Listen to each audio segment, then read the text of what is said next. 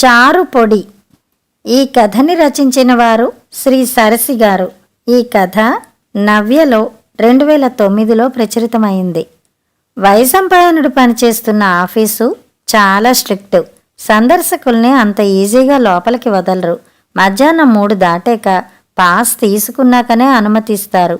అయితే చెగోడీలు జంతికలు అమ్ముకునేవాళ్ళు, ప్యాంట్ పీసులు, చీరలు, దుప్పట్లు ఇన్స్టాల్మెంట్స్ మీద ఇచ్చేవాళ్ళు, సెంట్లు పూస్తూ చిన్న పెట్టెలతో తిరిగేవాళ్ళు ఉదయం 10:30 నుంచే సెక్షన్లలో కిళ్ళీలు నములుతూ కనిపిస్తారు. ఆ రోజు 1 తారీఖు వైశంపాయనుడి సెక్షన్లో అందరి జేబులు జీతాలతో కళకళలాడుతూ ఉంటే ఆ జేబుల యజమానులు నవ్వులతో పెళ్ళపెళ్ళాడుతున్నారు. ఇంతలో ఓ సేల్స్మెన్ సంచిలో సరుకులతో సెక్షన్కొచ్చాడు. వైశంపాయనుడి దగ్గరికి వెళ్ళి, క్రితంసారి వచ్చినప్పుడు చారుపొడి తెమ్మన్నారు కదా సార్, ఇదిగో అంటూ ఓ పొట్లం తీసి అతడి చేతిలో పెట్టాడు. ఆ పొట్లం నుంచి వస్తున్న గుమగుమలకి ఆకర్షితులై సెక్షన్ వాళ్ళందరూ పోగయ్యారు. ఎంతయ్యా ఏకాంబరం అని అడిగాడు వైశంపాయనుడు. డబ్బులదేముంది సార్, ఈ క్షణాన్నుంటాయి, తర్వాత పోతాయి, నమ్మకం ప్రధానం అన్నాడు సేల్స్మెన్ వినమ్రంగా. ఆ మాటతో అందరికీ నమ్మకం కలిగింది. టేస్ట్ చూసి బాగుంటేనే తీసుకోండి సార్ అంటూ సంచిలోంచి ఓ పొట్లం తీసి చివరి చింపి అందరి చేతుల్లోనూ కాస్త కాస్త పొడి వేశాడు. తస్సదియ్య, భలే ఘాటుగా ఉందయ్యా అంటూ అందరూ నాకేశారు. టేస్ట్గా ఉందని మరి కాస్త వేయించుకుని నాకేసి చేతులు దులుపుకున్నారు. ఓ రూపాయి తక్కువ చేసిస్తాడు, తీసుకోండి, మనకు తెలుసున్నవాడే అన్నాడు వైశంపాయనుడు. తనే ఆర్డర్ ఇచ్చి ఆ చారుపొడి చేయించినట్టు, ఆ ఘనత తనదేనన్నట్టు గర్వంగా ఫేసు పెట్టి సేల్స్మెన్ స్థితప్రజ్ఞుల్లా మందహాసం చేశాడు. తర్వాత ఏం జరిగిందో తెలియదు. నిమిషాల్లో ఆ చారుపొడి అందర్నీ వేరే ఏదో లోకంలోకి తీసుకుపోయింది. 10-15 నిమిషాలకి ఏదో మత్తు వీడినట్లయి ఒక్కొక్కళ్ళు కళ్ళు తెరిచారు అందరూ. అప్పటి వరకు అక్కడున్న సేల్స్మెన్ లేడు, ప్యాకెట్లు లేవు, సంచి లేదు, జేబులు తడుముకుంటే డబ్బులు లేవు. నోట్లో చారుపొడి ఘాటు మాత్రం మిగిలింది. కథ సమాప్తం. గొప్పలు తిప్పలు.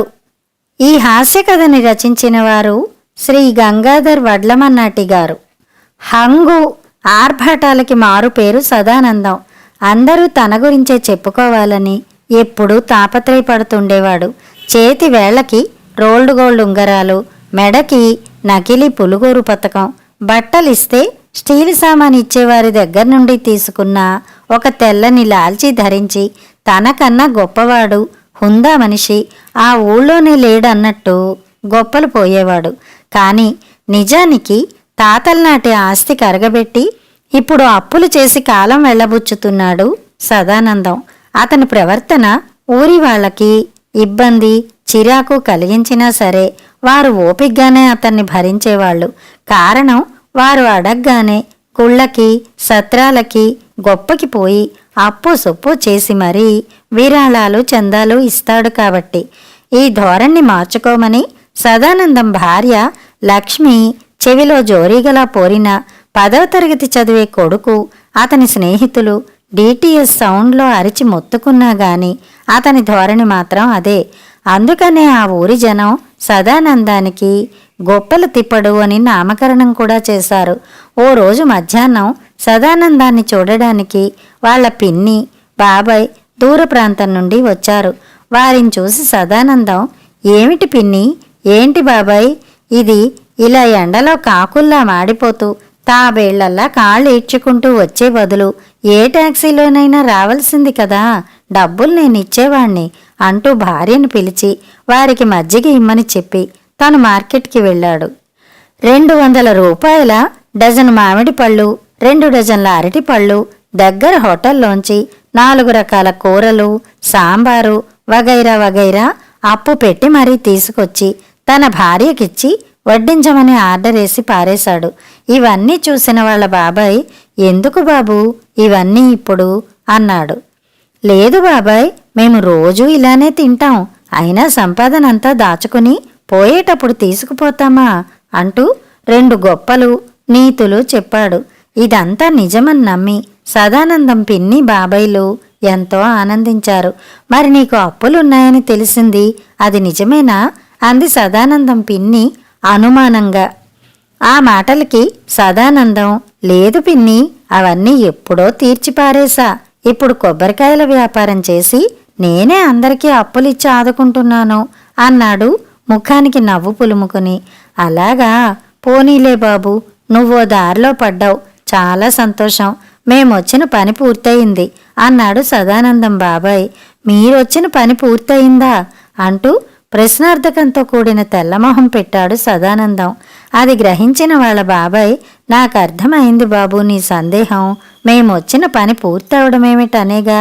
ఏమీ లేదు, నువ్వు కష్టాల్లో ఉన్నావని, అప్పులతో బాధపడుతున్నావని ఎవరో చెబితే నమ్మి నీకు మా ఆస్తి అంతా రాసి మేం తీర్థయాత్రలకి వెళదామనుకున్నాం.